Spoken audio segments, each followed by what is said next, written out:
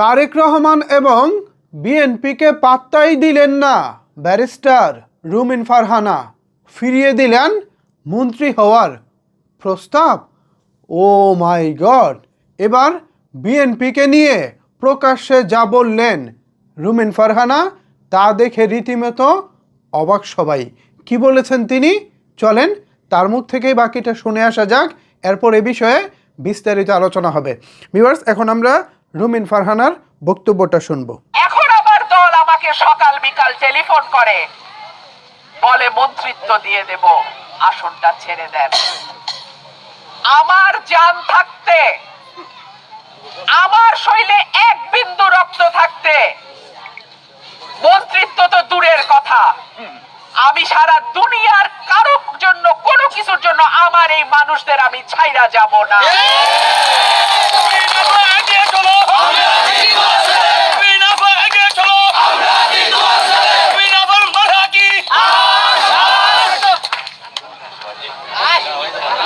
জয় এবং পরাজয় নির্ধারিত হয় উপরে, জয় পরাজয়ের ফয়সালা করেন মহান আল্লাহ।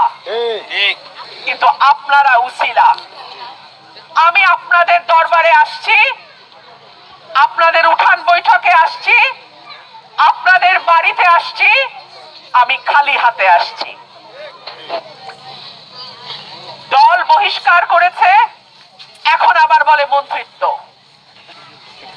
আমি কোনোটাতেই আমার এলাকার মানুষরে ফালাইয়া দিয়া যাব না। বাঘিনী কি আর তাকে সাধে বলি? ভিউয়ার্স, আসলে রুমিন ফারহানা একজন বাঘিনী, যিনি বজ্রকণ্ঠে কথা বলেন, যিনি বজ্রকণ্ঠে বক্তব্য দেন। আজকে ইনফ্যাক্ট বক্তব্যটা গতকালকে সন্ধ্যার, এটা আজকে দেখলাম সোশ্যাল মিডিয়া, ফেসবুক এবং টিকটকে ব্যাপক ভাইরাল হয়েছে তার এই বক্তব্যটা। এখানে আমরা দু তিনটা বিষয় বেশ পরিষ্কারভাবে তার কাছ থেকে শুনেছি। প্রথম বিষয়টা হচ্ছে, বিএনপি থেকে এখন তাকে ফোন করা হচ্ছে যেন তিনি তার নির্বাচনী আসনটা ছেড়ে দেন, এখানে বিএনপি মনোনীত যে প্রার্থীটা আছে তিনি যেন জয়ী হয়ে আসতে পারেন। এর জবাবে রুমিন ফারহানা বলেছেন, আমি ছাড়ব না। জয় এবং পরাজয়ের ফয়সালা এটা উপর থেকে আসে, আমি আমার জনগণকে ছেড়ে কোথাও যাব না, আমি আমার এই আসনে জয়ী হব এবং জনগণের পক্ষে কাজ করব, এরকম আশা ব্যক্ত করেছেন। প্রকাশ্যে এরকম কথা বলতে পারা, সত্যি কথা বলতে হিম্মত লাগে। বিএনপি এই মুহূর্তে বাংলাদেশের প্রেক্ষাপটে সবচেয়ে বড় দল এবং সেই দলের চেয়ারম্যান হচ্ছেন জনাব তারেক রহমান, যিনি দীর্ঘ 17 বছর পর দেশে ফিরে দলের হাল ধরেছেন। সেই তারেক রহমানও কিন্তু এখন দেশেই আছেন।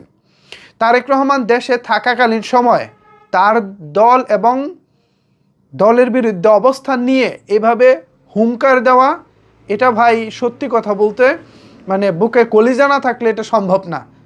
কি পরিমাণ সাহস এবং কি পরিমাণের মনোবল থাকলে এরকম কথা বলা যায়, এটা রুমিন ফারহানাকে দেখলেই নিশ্চয়ই মানে বোঝার কথা। স্বতন্ত্র বিএনপির বাইরে গিয়ে স্বতন্ত্র কিন্তু অনেকেই নির্বাচন করতেছে দলের বিরুদ্ধে গিয়ে, কিন্তু রুমিন ফারহানার মতো এরকম ভয় ডরহীন বক্তব্য আজ পর্যন্ত কাউকে দিতে দেখিনি। মানে বিএনপি করতো আগে, এখন দল থেকে বেরিয়ে কিংবা দলের বিরুদ্ধে গিয়ে স্বতন্ত্র করতেছে, এমন আমি কাউকে দেখি নাই যারা এরকম মানে বাঘিনীর মতো লড়াকু বক্তব্য দিতে পারে।